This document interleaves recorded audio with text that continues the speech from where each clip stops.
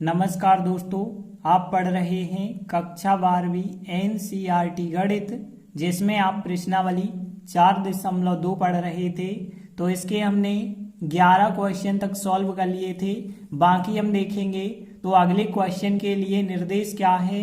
सारणिकों के गुणधर्मों का प्रयोग करके सिद्ध कीजिए। मतलब हमें संक्रियाएं लगा के सवाल का मान निकालना होगा।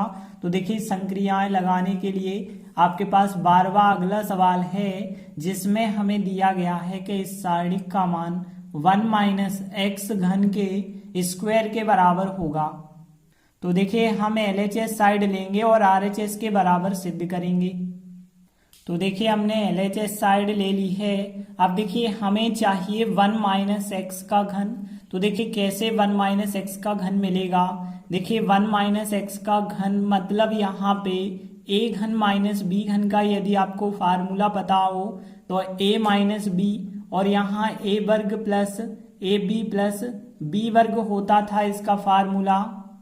तो यहाँ पे यदि हम इसी फार्मूला से 1 का घन माइनस x का घन का मान निकालेंगे तो 1 - x आएगा, और फिर आएगा 1 प्लस x वर्ग आएगा। तो देखिए, हमें 1 - x घन निकालना है, मतलब हमें यह चीज निकालनी होगी। और यहाँ पे यदि आप देखें C1, C2 और C3 को जोड़ दें तो 1 प्लस x वर्ग बन रहा है। तो देखिए, यहाँ हम संक्रिया लगाएंगे, C1 को चेंज करेंगे और C1 में C2 C3 को जोड़ेंगे। तो देखिए, यहाँ एक x और x वर्ग यदि आप जोड़ेंगे तो यहाँ 1 प्लस x वर्ग बन जाएगा। x वर्ग 1 और x को जोड़ेंगे तो यहाँ भी 1 प्लस x वर्ग बनेगा, और यहाँ भी जो है 1 प्लस x वर्ग बनेगा।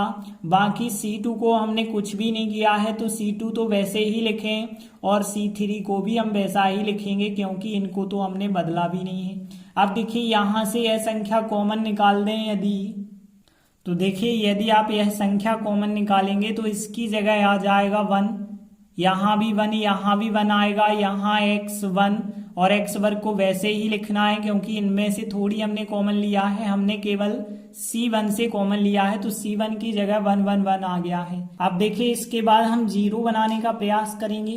तो देखिए, ऐसा आप कर सकते हैं, R1 में से R2 घटा सकते हैं और R2 में से R3 घटा सकते हैं, लेकिन ध्यान देना इसमें प्रॉब्लम क्या होगी।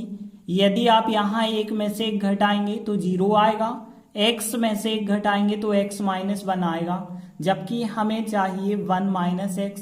तो हम क्यों ना ऐसा करें, इस 1 में से x को घटाएं, इस 1 में से 1 को घटाएं तो 0 तो मिलेगा आपको। मतलब सीधी सी बात है, R2 में से R1 को घटाएं और R3 में से R2 को घटाएं। तो देखिए, यहाँ पे हम जो संक्रिया लगाने वाले हैं, संक्रिया लगाएंगे कि R2 को चेंज करेंगे और R2 में से हम R1 को घटाएंगे तथा R3 को चेंज करेंगे तो R3 में से R2 को घटाएंगे। तो देखिए, यह संक्रिया हम यहाँ पे लगाने वाले हैं। तो देखिए, यहाँ पे यदि हम बात करें 1 प्लस x वर्ग, तो वैसा ही आपको लिखना होगा।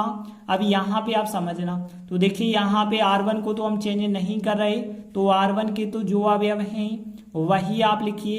देखिए, यहाँ पे R2 को बदल रहा है, R2 - R1, 1 - 1 करेंगे 0, 1 - x होगा, तो यहाँ 1 - x। देखिए, x में से x वर्ग को घटाएंगे तो x - x वर्ग आएगा, और यदि आप x कॉमन निकाल के लिखेंगे तो x × 1 - x आएगा। और यहाँ पे देखिए, 1 में से 1 को घटाएंगे 0, x वर्ग में से यदि आप 1 को घटाएंगे तो यहाँ पे x वर्ग -1 आएगा, और यहाँ पे यदि हम देखें 1 में से x को घटाएंगे तो 1 - x यहाँ पे प्राप्त हो जाएगा। अब देखिए, यहाँ पे आप R2 में देखें तो 1 - x कॉमन आ जाएगा। तो देखिए, हमने लिखा यहाँ 1 प्लस x वर्ग तो लिखा। देखिए, R2 में से 1 - x आ रहा है कॉमन, और यदि हम R3 में से भी 1 - x कॉमन निकालते हैं तो देखिए क्या बचा होगा। देखिए, R1 से तो हमने कुछ कॉमन नहीं लिया, तो R1 के तो जैसे अवयव थे वैसे ही हमने लिखे। R2 से 1 - x कॉमन लिया, 0 का 0 रहेगा, 1 - x कॉमन निकल गया है 1, यहाँ 1 - x कॉमन निकल गया है, x बचा होगा। देखिए यहाँ से भी 1 माइनस एक्स कॉमन निकालेंगे तो जीरो का तो जीरो, यहाँ पे तो बचा होगा एक, लेकिन यहाँ पे आप ध्यान देना एक्स वर्ग माइनस 1 से कैसे कॉमन निकालेंगे। तो देखिए एक्स वर्ग माइनस 1 का मतलब है एक्स प्लस 1 और यहाँ पे एक्स माइनस 1, दो गुणनखंड यही तो होते हैं। अब देखिए यहाँ से हम जो है कॉमन क्या ले रहे हैं 1 माइनस एक्स, तो देखिए 1 माइनस एक्स कॉमन तो निकल जाएगा, लेकिन यहाँ तो x माइनस 1 था, 1 माइनस एक्स आप कॉमन ले रहे हो तो माइनस चिन्ह बच जाएगा और बाकी बचा होगा x प्लस 1 बचा होगा ना, क्योंकि यहाँ पे माइनस का अंतर है तो माइनस और x प्लस 1 बचा होगा। अब देखिए यहाँ पे यह संख्या लिखी, यहाँ 1 माइनस एक्स डबल बार है, चाहे तो आप स्क्वायर लगा सकते हैं तो स्क्वायर लगाया। देखिए यहाँ पे अब हम इसका प्रसार करके हल करेंगे तो c1 के सापेक्ष प्रसार कर दें फिर, तो देखिए c1 के सापेक्ष यदि हम प्रसार करेंगे तो 1 के सापेक्ष करेंगे तो कौन से अवयव आएंगे। देखिए यहाँ पे यह लाइन छोड़ेंगे, एक आएगा और यहाँ पे x आएगा, यहाँ माइनस चिन्ह आएगा और यहाँ पे x प्लस 1 है और यहाँ पे 1 आएगा। तो इस प्रकार से संख्याएं प्राप्त होंगी। फिर यहाँ पे 0 के सापेक्ष करेंगे तो 0 ही हो जाएगा, इस 0 के सापेक्ष करेंगे तो भी यहाँ पे 0 ही हो जाएगा। अब देखिए और आगे यदि आप सॉल्व करते जाएंगे तो 1 हमने लिखा, देखिए 1 और 1 का गुणा होगा तो 1 आएगा, माइनस चिन्ह, और फिर देखिए इसका गुणा इसके साथ होना है तो माइनस तो आएगा, लेकिन एक माइनस ये लगा है तो प्लस आएगा, और x का गुणा x के साथ करेंगे तो x वर्ग आएगा, x का गुणा 1 के साथ करेंगे तो 1x आ जाएगा, बाकी 0 0 आपको लिखने की आवश्यकता नहीं है। इसके बाद देखिए 1 इंटू इस संख्या में आप करेंगे तो यही की यही संख्या होगी। देखिए 1 प्लस एक्स वर्ग और यहाँ भी 1 प्लस एक्स वर्ग, मतलब यहाँ पे बन चुका है 1 प्लस एक्स वर्ग का होल स्क्वायर बन गया है, और यहाँ पे 1 माइनस एक्स का भी होल स्क्वायर बन चुका है।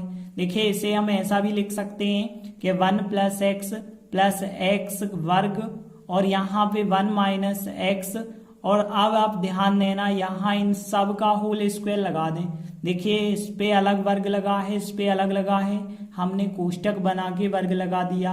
अब देखिए हमने आपको बताया था इस सर्व समीका के बारे में कि 1 माइनस एक्स घन बराबर होता है 1 minus x 1 plus x into x वर्ग। तो यहाँ पे यदि हम यह सर्व समीका लगाते हैं तो 1 माइनस एक्स घन की सर्व समीका हो गई और वर्ग हमने लगाया, तो देखिए यही हमारा RHS हो जाता है। तो देखिए हमने LHS साइड लेकर के चले थे और RHS हम ले आए हैं, मतलब यहीं पर हमारा सवाल सिद्ध हो जाता है। तो इस प्रकार से 12वां सवाल कंप्लीट हुआ। तो देखिए अगला 13वां क्वेश्चन दिया गया है, सारणिक का मान हमें सिद्ध करना है 1 प्लस ए वर्ग प्लस बी वर्ग के होल घन के बराबर होता है। तो हम LHS साइड लेंगे, तो देखिए हमने LHS साइड ली। अब ध्यान देना हमें जो सिद्ध करना है 1 प्लस ए वर्ग प्लस बी वर्ग का घन, तो आप 1 प्लस ए वर्ग प्लस बी वर्ग देखेंगे कैसे बन सकता है। तो देखिए यहाँ पे 1 प्लस ए वर्ग माइनस बी वर्ग है, यहाँ प्लस का बी वर्ग आपको चाहिए, तो कैसे आएगा। ध्यान देना यदि हम यहाँ पे देखें तो 2b है, लेकिन यदि यहाँ 2b वर्ग हो जाए, ध्यान देना 2b है, 2b वर्ग हो जाए और माइनस की जगह प्लस हो जाए, तो यहाँ पे देखिए 1 प्लस ए वर्ग माइनस बी वर्ग, इसमें यदि आप यह संख्या जोड़ेंगे तो बिल्कुल आपको यह संख्या प्राप्त होगी। तो कैसे प्राप्त होगी, तो ध्यान देना C1 को हम चेंज करेंगे, जो C1 हो गई, और फिर C1 में से माइनस करेंगे। देखिए ये माइनस का है, हमें चाहिए प्लस का, तो माइनस करेंगे और यहाँ पे B का गुणा करेंगे हम C3 से। तो देखिए बात समझ आई ना, क्योंकि यहाँ पे J हो गया C1 और देखिए J था आपका यहाँ पे C3, तो देखिए इतने जोड़ने पे तो आएगा नहीं, और यदि हम घटाएंगे तो देखिए यहाँ माइनस और माइनस प्लस होगा, और साथ में b का गुणा करके घटाएंगे तो यहाँ 2b वर्ग हो जाएगा, और यहाँ पे 1 प्लस ए वर्ग है और यहाँ 2b वर्ग हो जाएगा, तो 1 प्लस ए वर्ग प्लस बी वर्ग आपको प्राप्त हो जाएगा। और देखिए यहाँ पे भी आप कर सकते हैं कि 1 माइनस ए वर्ग है और यहाँ पे 2a है। यहाँ पे यदि आप a का गुणा करके इसमें जोड़ दें तो बिल्कुल हो जाएगा। तो हम यहाँ पे C2 को भी चेंज करेंगे और देखिए C2 में C3 को जोड़ लेंगे हम इस बार, लेकिन यहाँ पे a का गुणा करके जोड़ेंगे। ठीक है ना, a का गुणा करके जोड़ेंगे क्यों? क्योंकि यहाँ तो प्लस का है तो इस वजह से जोड़ेंगे। यहाँ माइनस का था, माइनस हमें एक और लगाना होगा तब तो प्लस का बनेगा। तो देखिए यदि हम इन संक्रियाओं से देखें तो हमें क्या प्राप्त होगा, ध्यान देना। देखिए यहाँ C1 में यदि आप C3 को घटाएंगे b का गुणा करके तो यहाँ 2b वर्ग हो गए माइनस और एक माइनस ये प्लस हो जाएगा। तो यहाँ पे आपको 1 प्लस a वर्ग प्लस b वर्ग प्राप्त होगा। देखिए जे रहा C1 और जे रहा आपका C3, यदि आप b का गुणा करके घटाएंगे तो 2ab में से 2ab घटेगा, 0 प्राप्त होगा।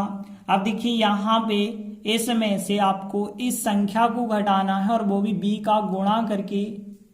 तो देखिए क्या आएगा, देखिए हम 2b में से कितना घटा रहे हैं, 1 माइनस a वर्ग माइनस b वर्ग को घटा रहे हैं, वो भी b का गुणा करके। तो देखिए यहाँ पे 2b माइनस का b हो जाएगा और फिर प्लस का हो जाएगा यहाँ ba वर्ग और प्लस का हो जाएगा यहाँ पे b घन। देखिए 2b में से b घटाएंगे तो यहाँ पे एक b बचा होगा और यहाँ पे ba वर्ग और यहाँ पे b घन, और b यहाँ से आप कॉमन निकाल दें यदि, तो देखिए b कॉमन निकलेगा यदि, तो 1 प्लस a वर्ग प्लस b वर्ग यहाँ पे बचा रहेगा। देखिए b कॉमन निकालिए तो a वर्ग और यहाँ b कॉमन निकालेंगे तो b वर्ग और यहाँ पे 1 बचा होगा। इसके बाद देखिए C2 को भी चेंज करना है।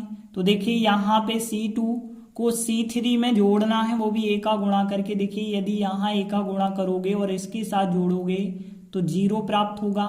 यहाँ a का यदि आप गुणा करोगे तो 2a वर्ग हो जाएगा और इसमें यदि आप जोड़ोगे तो 1 प्लस a वर्ग प्लस b वर्ग प्राप्त होगा। देखिए यहाँ पे यदि आप a का गुणा करोगे और इसके साथ जोड़ोगे तो क्या आएगा, ध्यान देना। यहाँ पे माइनस का 2a है और यहाँ पे हमें जोड़ना है a का गुणा करके इस संख्या को 1 माइनस a वर्ग माइनस b वर्ग को। तो देखिए यहाँ माइनस का 2a है, यहाँ पे a हो जाएगा, a घन हो जाएगा और यहाँ पे ए बी वर्ग हो जाएगा। देखिए यहाँ पे a माइनस के 2a माइनस का a बचा होगा, माइनस का a घन माइनस का ए बी वर्ग। देखिए माइनस a यदि आप कॉमन निकाल दें यहाँ पे तो यहाँ पे क्या बचा होगा, 1 बचा होगा, a वर्ग बचा होगा, b वर्ग बचा होगा, तो 1 प्लस a वर्ग प्लस b वर्ग बचा रहेगा। अब C3 में तो कोई चेंज नहीं किया है तो माइनस का 2b और यहाँ पे 2a और यहाँ पे 1 माइनस a वर्ग माइनस b वर्ग वैसे ही हमने लिखा है। अब देखिए यहाँ से जो है 1 प्लस a वर्ग प्लस b वर्ग C1 से भी कॉमन, C2 से भी कॉमन हो जाएगा। तो देखिए क्या बचा होगा, यहाँ पे बचा होगा 1, यहाँ पे 0, यहाँ पे कॉमन होगा तो b बच जाएगा, यहाँ पे 0, यहाँ पे 1 बचा होगा, यहाँ पे माइनस a बचा होगा और C3 में से तो हमने कुछ भी कॉमन नहीं किया है तो C3 तो बिल्कुल वही रहेगा। तो इस प्रकार से C3 को आपने वही का वही लिखा है। अब देखिए अब हम प्रसार कर सकते हैं। तो देखिए यहाँ तो यदि हम बात करें 1 प्लस a वर्ग प्लस b वर्ग 2 बार है तो हम चाहें तो होल स्क्वायर ऐसे बना सकते हैं। देखिए अब यहाँ पे हम प्रसार करने वाले हैं तो देखिए यहाँ पे हम C1 के सापेक्ष प्रसार कर देते हैं। तो देखिए 1 के सापेक्ष फिर 0 के फिर b के सापेक्ष। तो देखिए यहाँ प्लस यहाँ माइनस यहाँ प्लस। तो देखिए यदि आप 1 के सापेक्ष करेंगे तो कौन कौन से अवयव आपको प्राप्त होंगे, 1 2a 1 आएगा, 2a आएगा, माइनस का a आएगा और यहाँ पे 1 माइनस a वर्ग माइनस b वर्ग आएंगे। फिर आप 0 के सापेक्ष करोगे तो पूरी संख्या 0, फिर आप b के सापेक्ष करेंगे तो देखिए क्या आएगा, b के सापेक्ष 1 0 2b आएगा, माइनस का 1 आएगा और 2a आएगा। तो यहाँ 0 माइनस का 2b और यहाँ पे 1 आएगा और यहाँ पे 2a आएगा। तो इस प्रकार से आपको प्रसार करना होगा। और आगे यदि आप सॉल्व करेंगे तो देखिए यहाँ पे 1 लिखा हमने। देखिए यहाँ पे 1 का गुणा इसके साथ होगा तो 1 माइनस ए वर्ग माइनस बी वर्ग, एक माइनस यहाँ लगता है और 2a और a का गुणा करोगे तो माइनस 2a वर्ग, और एक माइनस पहले से लगा है मतलब प्लस का 2a वर्ग यहाँ पे बन जाएगा। देखिए 0 का तो 0 लिखने की आवश्यकता नहीं है, प्लस का b। अब देखिए यहाँ पे यदि आप 0 का इसके साथ गुणा करेंगे तो यहाँ तो 0 ही आएगा, एक माइनस लगाना है और एक माइनस यहाँ पे 2 भी बन रहा है मतलब प्लस का 2 भी यहाँ पे बन जाएगा। और आगे यदि आप सॉल्व करेंगे तो 1 प्लस ए वर्ग प्लस बी वर्ग का भी वर्ग हमने लिखा। देखिए यहाँ 1 का इसके साथ गुणा यदि करेंगे तो कोई अंतर नहीं आएगा। यहाँ पे देखिए क्या प्राप्त हुआ होगा आपके लिए, 1 प्राप्त हुआ होगा। और ए वर्ग यहाँ पे देखिए 2a वर्ग और माइनस ए वर्ग तो एक ए वर्ग बचा होगा और माइनस का बी वर्ग, और यहाँ पे देखिए b का 2 से गुणा करेंगे तो 2b वर्ग। और आगे यदि आप सॉल्व करेंगे तो देखिए यहाँ 1 प्लस ए वर्ग प्लस बी वर्ग का भी वर्ग लिखा। यहाँ पे 1 प्लस ए वर्ग बी वर्ग में से 2b वर्ग अलग कर दें आप तो धन का है 2b वर्ग, इसलिए एक b वर्ग यहाँ पे बच जाएगा। अब देख सकते हैं कि 2 की घात और 1 की घात तो कितने की घात बन जाएगी, यहाँ पे 3 की घात बन जाएगी। तो 3 की घात हमने लिख दी, मतलब हमें यही तो RHS चाहिए था, तो हमें RHS साइड प्राप्त हो चुकी है। तो देखिए हमने LHS साइड ले ली थी और RHS साइड ले आए हैं, तो यहीं पर हमारा सवाल जो है सिद्ध हो जाता है। तो इस प्रकार से 13वां सवाल कंप्लीट हुआ।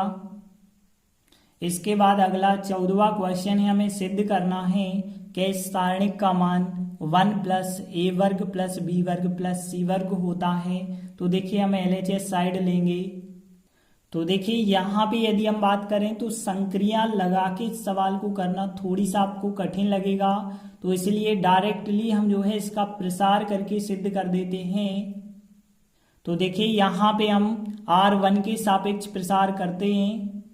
तो देखिए R1 के सापेक्ष यदि प्रसार करेंगे तो हमें पता है यह पद प्लस का होता है, यह माइनस का होता है, यह प्लस का होता है।